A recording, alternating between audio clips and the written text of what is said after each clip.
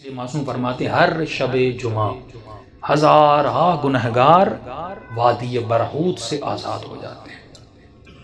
معصوم فرماتے ہیں مومن جب شب جمعہ آئے تو زیادہ سے زیادہ اپنے مرحومین کو یاد کیا کرو۔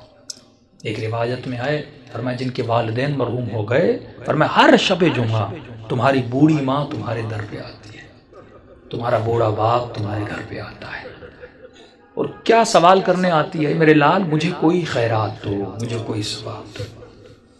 معصوم فرماتے ہیں یہ غافل انسان پوری رات سوتا رہتا ہے، یہ کھڑی رہتی ہے یہاں تک کہ صبح ہو جاتی ہے۔ ملائک کہتے ہیں اب جانے کا وقت ہے، کہتی ہے نہیں اب اٹھے گا نماز پہ، مجھے کچھ نہ کچھ تو خیرات دے گا، لیکن فرماتے سورج نکل جاتا ہے، یہ غفلت کی نیند میں سوتا رہتا ہے۔ یہ بوڑھی ماں اور مرحوم روتا ہوا جاتا ہے اور کہتی ہے کہ میرے لال اگر تو آج مجھے کچھ دیتا تو میں بھی تمہارے لیے دعا کرتی۔ فرمایا والدین وہ واحد وجود ہے پروردگار عالم نے جو بنایا ہے، مرنے کے بعد بھی ماں کی دعا بیٹے کے حق میں قبول ہوتی ہے۔ یہاں تک فرمایا اگر پریشان ہو مصیبتوں میں ہو ماں کی قبر پہ چلے جاؤ، باپ کی قبر پہ چلے جاؤ، وہاں اس کے لیے کچھ مانگو اور دعا کرو، خدا اس کے صدقے میں، کیونکہ مرنے کے بعد بھی ماں بیٹے کی تکلیف کو دیکھنا پسند نہیں کرتی۔ تو تصور کرو اس دنیا میں جس کو اللہ نے ماں بنایا وہ ہماری تکلیفوں کو برداشت نہیں کرتی، اور مولا علی فرماتے ہیں کہ میں تمہارے باپ سے بھی زیادہ تم سے محبت کرتا ہوں۔ جناب سیدہ فرماتی ہیں ہم تمہاری ماؤں سے زیادہ تم سے محبت کرتے ہیں۔ امام رضا فرماتے ہیں مومن اگر امام سمجھ کے ہم سے باتیں نہیں کر سکتا تو باپ سمجھ کے باتیں کر، باپ سمجھ کے نہیں کر سکتا، بھائی سمجھ کے باتیں کر، بھائی سمجھ کے بات نہیں کر سکتا، یہاں تک فرمایا دوست سمجھ کے باتیں کر، کبھی ہم سے ناراض نہ ہوا کر۔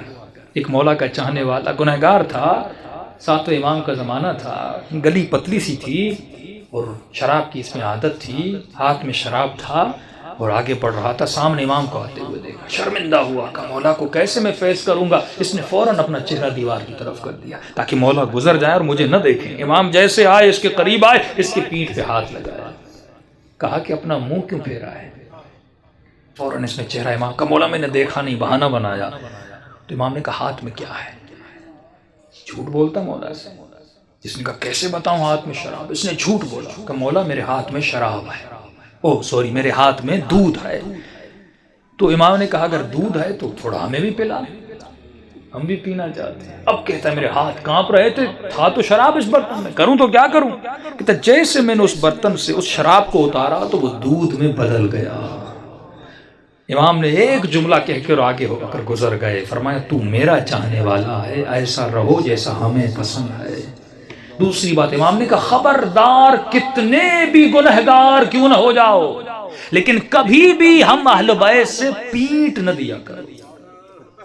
یہ شیطانی وسوسہ ہوتا ہے، میں نے گناہ کیا، میں نے خطائیں کی، میں اتنے گنہگار ہوں، میں کیسے سجدہ کروں، میں کیسے نماز پڑھوں، میں کیسے علی سے گفتگو کروں، میں کیسے امام زمانہ سے باتیں کروں۔ امام فرماتے ہیں ہم بیٹھے اس لیے ہیں تاکہ تو ہمارے ساتھ درد دل کرے، اور یہ وسیلہ خدا نے آپ کو دیا۔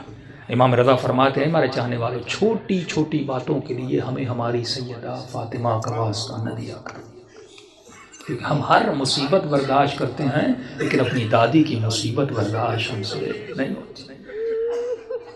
گناہوں سے بڑی کوئی خطا نہیں، بے ادبی سے بڑی کوئی خطا نہیں۔ شب جمعہ ہے، توبہ کی رات ہے، گناہوں سے توبہ کی رات ہے۔ اپنے مرحومین کے لیے بھی دعا کریں، اپنے لیے بھی دعا کریں، اور دلوں کو بارگاہ اہل بیت میں لے جائیں تاکہ خدا ان ہستیوں کے صدقے میں ہم سب کے صغیرہ کبیرہ گناہ بخش دے۔